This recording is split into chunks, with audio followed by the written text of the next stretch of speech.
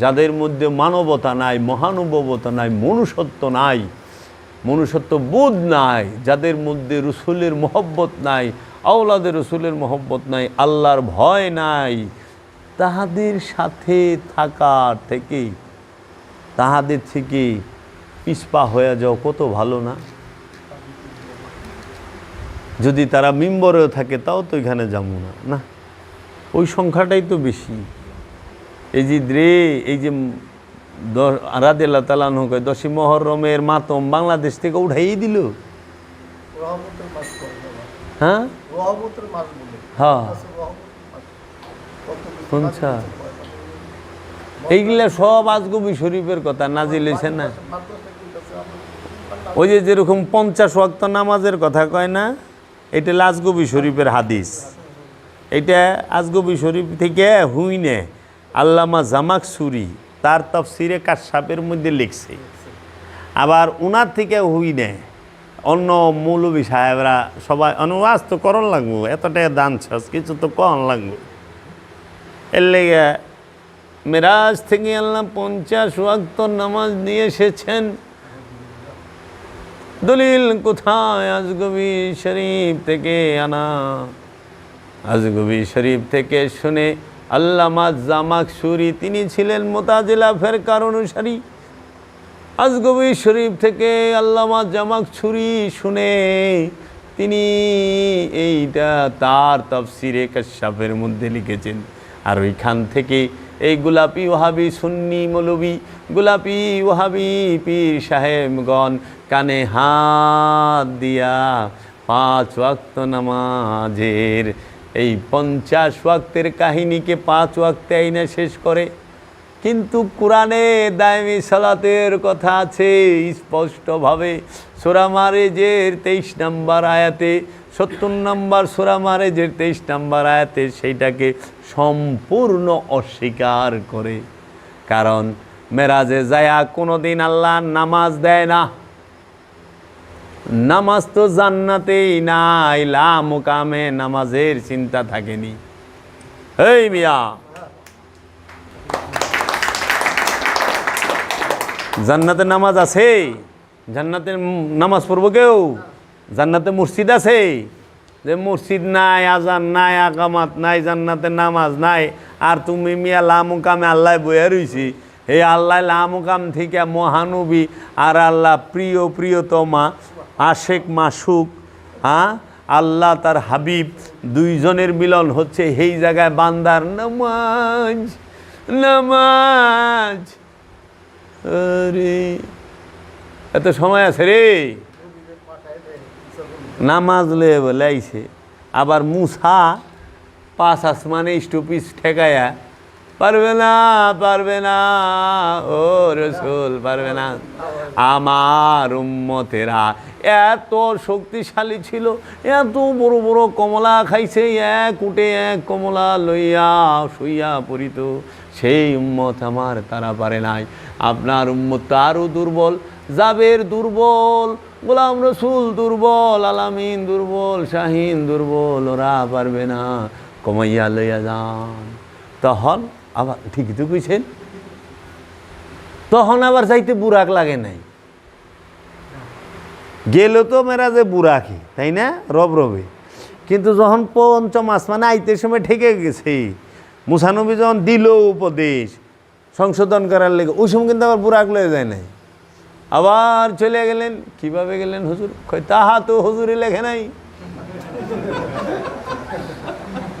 কিভাবে যে গেলেন তাহা হুজুরে লেখে নাই। যাক গিয়াছেন, আল্লাহ বললেন কেন এসেছেন হাবিব?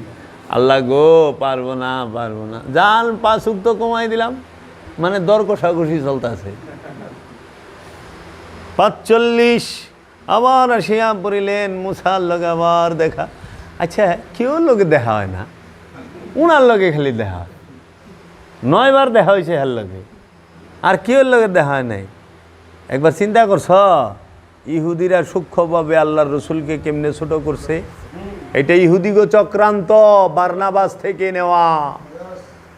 ইহুদিরা আল্লাহর রসুলকে রহমাতাল্লিল আলামিনকে মুসা থেকে নিচে দেখাইছে, মুসা থেকে অজ্ঞানী দেখাইছে, মুসা থেকে ছোট দেখাইছে, মুসার থেকে কম বুঝে রসুল এইটা দেখাইছে, মুসা আল্লাহর রসুলকে হুকুম দেওয়ার ক্ষমতা রাখে এইটা দেখাইছে। কিন্তু আল্লাহ কোরআনে সূরা আল ইমরানের 81 নম্বর আয়াতে কয়ে দিচ্ছে, এই মুসা, ঈসা, এই শীষ, এই নূহ, জাকারিয়া, ইয়াহিয়া, সবাই শুনে রাখো, আমার এক রসুল আসবে, সেই রসুলের উপরে ঈমান আনবা তোমরা সবাই।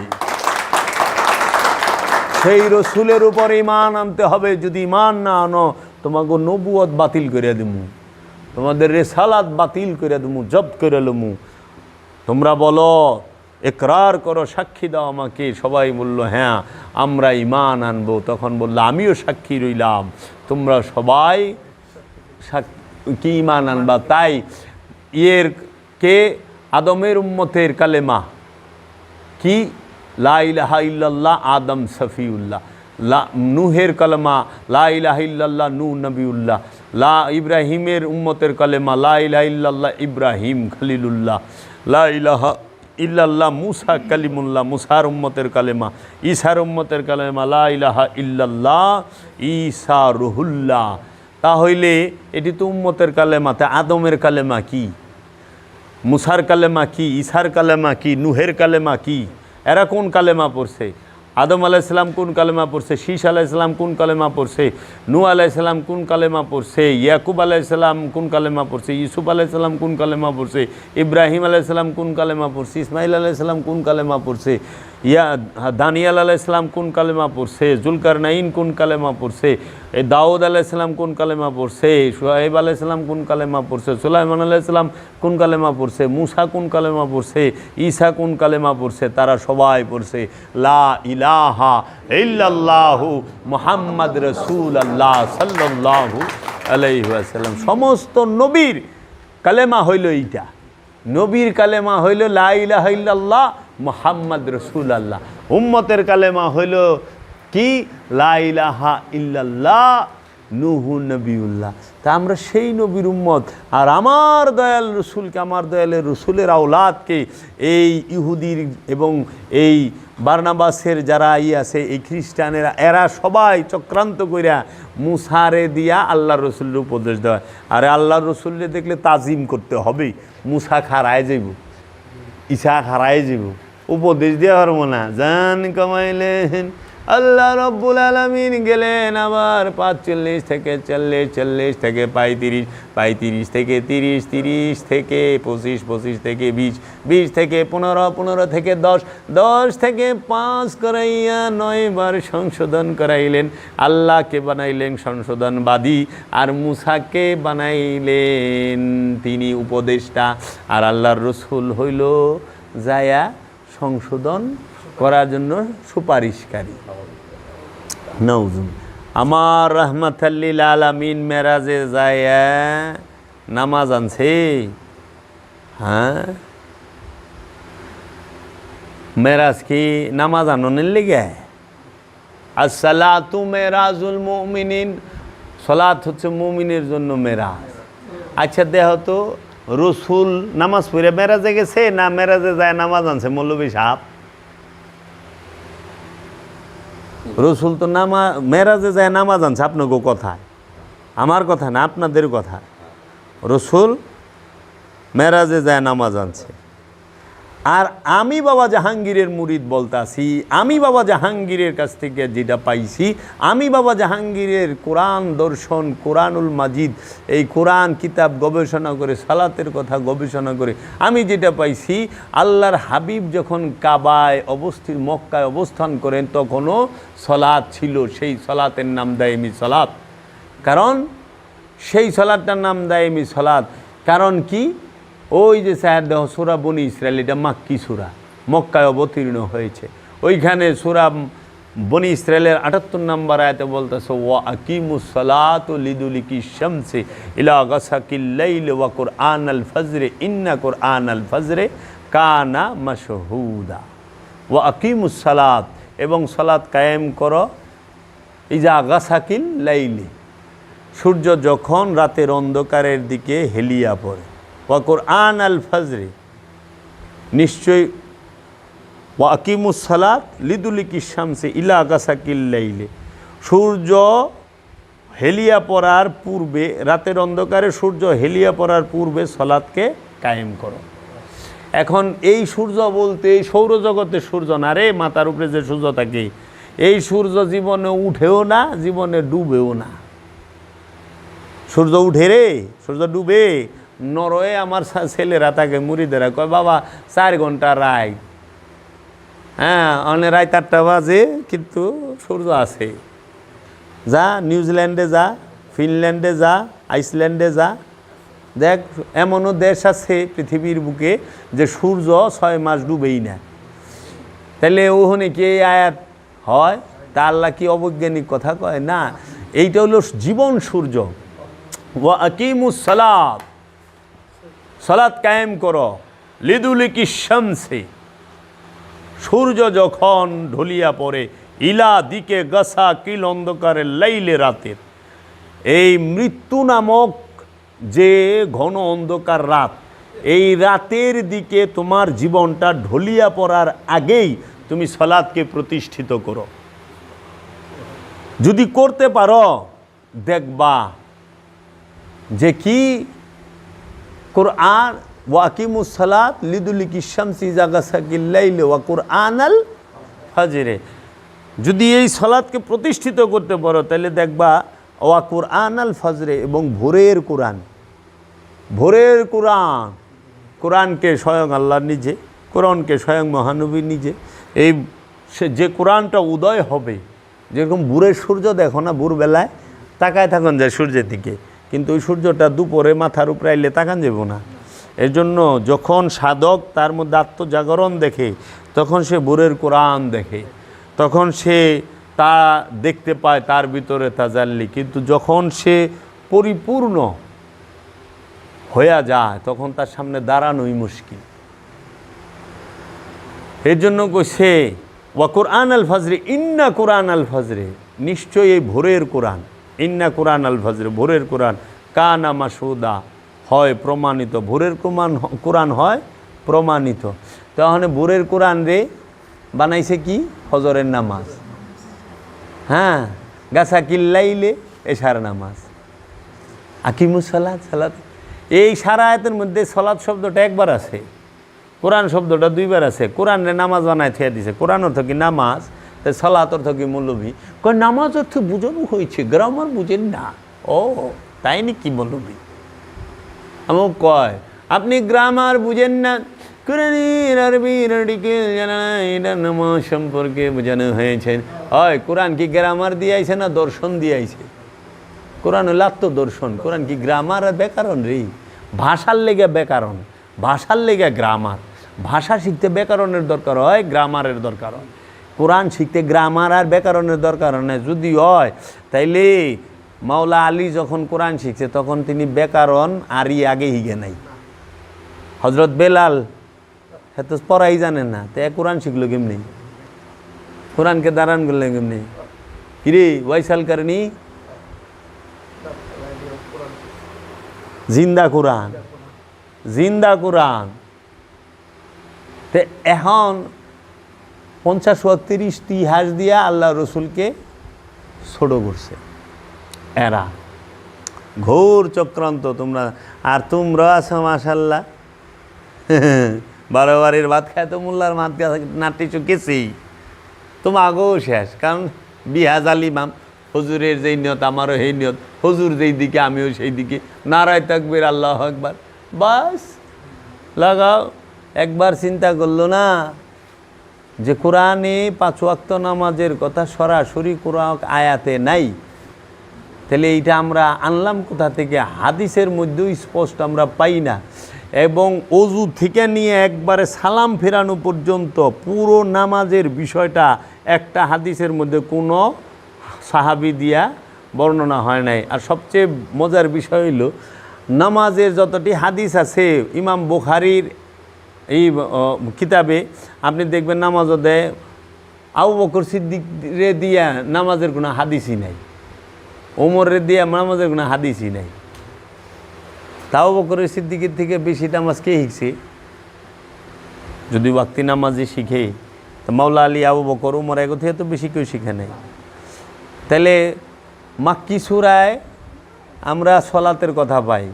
সূরা মারিস 23 নম্বর আয়াতে আল্লাযিনা হুম আলা সালাতিহিম দায়িমুন, তারাই মুসল্লি যারা দায়মি সলাতে দণ্ডায়মান, সর্বক্ষণ সলাতে দণ্ডায়মান। সর্বক্ষণ যারা সলাতে যুক্ত, মানে সর্বক্ষণ যারা রসুলের সাথে যুক্ত, সর্বক্ষণ যারা আল্লাহর সাথে যুক্ত, তারাই মুসল্লি। মানে মুসল্লি আরবি শব্দ, মুসল্লির বাংলা হইল যোগী। হিন্দুর গন্ধ হয় না, একটু শুদ্ধ ভাষা করলে সাধক, কিন্তু মুসল্লির বাংলা হইল যোগী। ইন্ডিয়ান হিন্দি ভাষা বলে যোগী, মানে আল্লাহর সাথে পরমের সাথে জীব যুগ হওয়ার চেষ্টা, যুগের কয় ওরা যোগ, এই যুগ হওয়ার চেষ্টায় আছে, এর জন্য সলাৎ করতে আছে, বুঝছ? তাহলে এই নামাজের কথাটা দায়মিরে অস্বীকারী করলো। দায়মি সলাৎ লইয়া তার প্রয়োগ পদ্ধতি সকল কোরআনে আছে, কিন্তু কয় না, বুঝেই না কেন? আর যারা বুঝছে হ্যাঁ কিনা লইছে ও হাবিরে, দূর এত কথা কয়ে কী করবেন? টেকা লন, গাড়ি লন, বাড়ি লন, কথা কেন না, আমাকেও কথা কন। ফেললে যে খালি জান্নাতের ফ্যাসিলিটি কয়, কিন্তু জান্নাতে যে জামু কেমনে, শয়তান খেদামু কেমনে, হেই ডার কয় না। জান্নাতে কী খাবে এটা তো পরের বিষয়, শয়তান খেদামু কেমনে হেটা আগে কন। নামাজ পড়লে শয়তান যাইব গাতে, নামাজ যদি পড়লে শয়তান যাইতু, তাহলে শয়তান নিজেই তো নামাজ পড়ে। আল্লাহকে স্মরণ করে না শয়তান, আল্লাহ জিকির করে না শয়তান। শয়তান যাইব বলে আদমের ধ্যান করলে, যে যত আদমের ধ্যান করব হের থেকে শয়তান তত দুর্বল, তত ভাগিয়া যাইব, বুঝছা? এই আর কি, মানে আমাকে আদমের ধ্যান বাদ দিয়ে খালি আসেন আল্লাহর ঘরে যাই, আল্লাহর ঘরে যায় আল্লাহর দেখা পাই না, এইটি তো বড় আফসোস। এতদিন আপনার, আচ্ছা আমার বাড়িতে তোমরা যদি মনে করো বছর 12 মাস আহ, 12 মাসে 12 দিন আহ, যদি একবারও দেখা না পাও, তোমরা আর আমার বাড়িতে আইবে? আচ্ছা আমারে দেহ নাই, এই আমার ভাই বেড়াদার যদি না দেহ, তাও তাইবে না। তা আমরা আল্লাহরে না দেখলাম, ফেরেশতা তো দেখুম, আল্লাহর ঘরে কটা ফেরেশতা দেখুম না? হেও তো দেখি না। যাক শয়তান রে তো দেখুম, তাও নাই। কিন্তু আল্লাহর যে ঘর, আসল ঘর, এ দিল কাবা, এনে দেহ চাইয়া এনে তুমি পয়লাই দেখা হইব শয়তানের লগে। শয়তানে যখন কিক মাইরে খেদাই দিবে, দেখবা ফেরেশতারা কারাই গেছে। তানাজ্জালুল মালাইকাতি, আমি সব ফেরেশতা নাজিল করি, ওয়ার রূহ চাইয়া দেখবা হৃদয় কাবাতে আল্লাহ বই রইছে, বুঝছ? এলে শয়তান খেদাও আগে কিক মাইরা, তারপরে ফেরেশতাগো দেখবা, আল্লাহরও দেখবা, নিজেরও চিনবা যে তুমি আল্লাহময় হইয়া রইছ। তোমার থেকে আল্লাহ দূরে না, এতদিন তুমি আল্লাহ থেকে দূরে আসিলা। আল্লাহ আমার থেকে দূরে না, আমি আল্লাহ থেকে দূরে ছিলাম। কার লেগা? এই শয়তানের লেগা। এই শয়তানটাকে আমার নিজের ইচ্ছাটা, এই ইচ্ছাটাকে যখন কুরবানি করা পারছি, বাস আল্লাহ তার কইরা নিছে আমার আর ভয় নেই। এই জন্য লটকানো রে ঝুলাইয়া ঝুলাইয়া রে টাঙ্গাইয়া টাঙ্গাইয়া রে মারিয়া ভালাইয়াছে, মানে কত যে পেশায়ারা। লটকানি, টাঙ্গানি, ঝোলানি একই তো জিনিস। এরা একটা শব্দরে এইরকম 12টা রকম করে কয়, মানুষ হয়ে যায় ডরাইয়া, না জানি কি।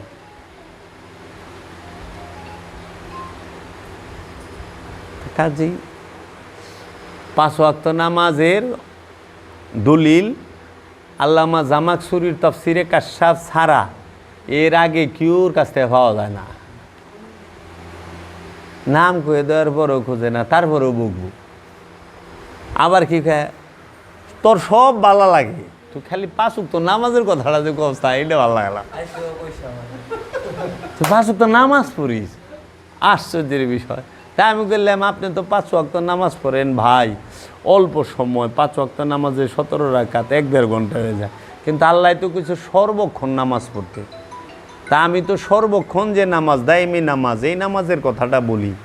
আমি তো নামাজকে অস্বীকার করি নাই ভাই, আমি বলছি 5 ওয়াক্ত নামাজের কথা আমি কোরআনে পাই নাই, কিন্তু নামাজ আছে সেটা দাইমি নামাজ, সর্বক্ষণ নামাজ।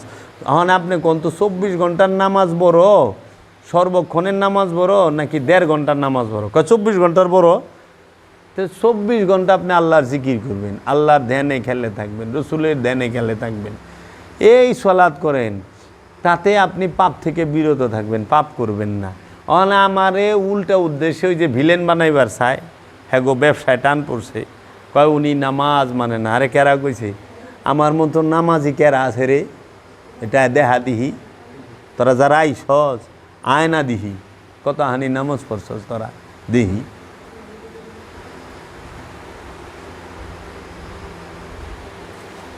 সলাৎ নিয়ে আমাদের কোনো মতভেদ নাই। আমাদের কথা হইল যে আমি কোরআন মাজিদে পাইছি দায়মির কথা, আমাদের মতভেদ হইল দায়মি আর ওয়াক্তি লইয়া, আনুষ্ঠানিক নামাজ আর হাকিকি নামাজ, এইটা লইয়া হইল মতভেদ। আমি তো নামাজ পড়তে কাউরে বারণ করি না, উল্টা আমি আমার মুরিদ গো কই সর্বক্ষণ সলাতে থাকবি। এই সর্বক্ষণ সালাতে থাকা কষ্ট থেকে অনেকে বই বাইগেও যায় যে 5 ওয়াক্ত বালা, 5 ওয়াক্ত হইলে একদম নর্মাল হাবা গুবা মানুষ, এরা ঠিক থাকবে না। কিন্তু যারা নিজেকে চিনতে চায়, যারা রবের পরিচয় জানতে চায়, যারা আত্মশুদ্ধি করতে চায়, তাদের দায়মি সলাতের বিকল্প নাই। এর জন্য সলাৎ ছাড়া কেউ জান্নাতে যাইতে পারবে না, সলাৎ ছাড়া কেউ আত্মশুদ্ধি লাভ করতে পারবে না, সলাৎ ছাড়া কেউ নিজেকে ভালো মানুষ রূপে গণ্য করতে পারবে না। ওরা কি হুজুরে নামাজ মানে না? আমি নামাজ মানি না বলে এই যে এতক্ষণ বড় কথা কইতেছি, কি কইতেছি? আমার কথা শুনে এই যে এতক্ষণ শুনলো, এমন কোনো মার বেটা আছে যে খারাপ পথে যাইব রে? ডাকাইদের ভালো হয়ে যাওয়া লাগবো। এতে ভাঙ্গা আবার কয় কেমনে? তোমরা আহার আগে আমি যা কইছি। তো কাজেই বাবা গো, সলাৎ সব সময় রসুলকে সাথে নিয়ে করতে হয়। রসুল হইল ইমাম, তুমি হইলো মুসল্লি। দেখো না মসজিদে ইমাম রে সাথে লয়ে করো না, ইমাম আগে যা করো তুমিও তাই করো। তখনে কোরআনে কইতেছে সূরা বনী ইসরাইলের 91 নম্বর আয়াতে, আমি কিয়ামত দিবসে, অনেক রাতে গেছে,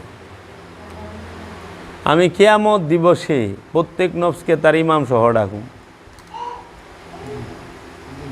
কিয়ামতের দিন প্রত্যেক ব্যক্তিকে তার ইমাম সহ ডাকা হবে।